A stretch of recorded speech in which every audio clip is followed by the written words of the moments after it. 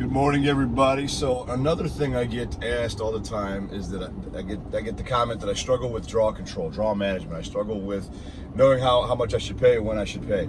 Well, that goes all the way back to the very beginning of being prepared and doing your risk analysis and being in the production phase, which is the preparation phase of construction.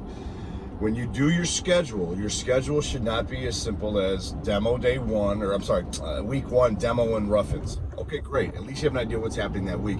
You need to dissect demo by the day, by the start date, projected end date. In construction, you use projections often. So you actually have two different types of start dates. You have projected start date and actual start date. Projected end date, actual end date. So in this case, you get a bid, right? And you get a schedule back, and the schedule basically says demo and rough-ins week one. Fine, makes sense, it's logic, right? But you need to know how many days demo is going to take, and when that demo day is going to start, and when demo day is projected to end.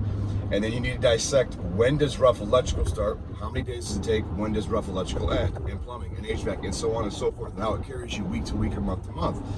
Then and only then can you control the draw, because you're based on the actual task itself. So then you can sit there and say, okay, demo was supposed to start on Monday the 1st and be done on Tuesday the 2nd. And it took till Wednesday the 3rd. Now you know you're a day over.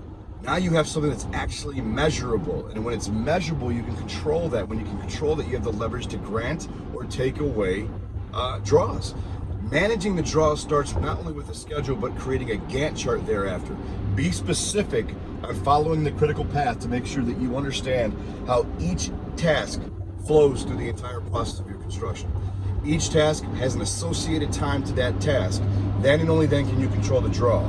Then you can base it on percentages. So if they are on time, for example, and they're starting every task the way they said they're going to start those tasks, then you can measure the progress within those tasks every Friday or every other Friday, or however you agree to pay or when you agree to pay. You just measure the progress within that task. Did they just start it? Are they almost done with it? Are they 50% done with it?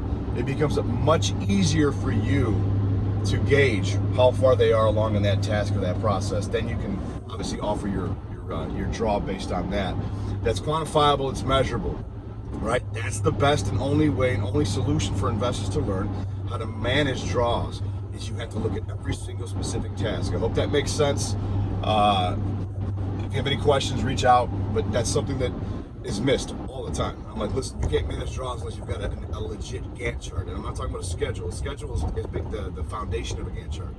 But you need to work with your contractor to fulfill a Gantt chart. There's nothing wrong with challenging your contractor and saying, hey, great, I appreciate this schedule, but I need to know for real how long each thing is going to take. That's what you do in step 4 of production when you're looking over the money, the schedule, and the draws. Call your contractor, go through that, be specific, outline that, and create your Gantt chart. Any questions, just reach out.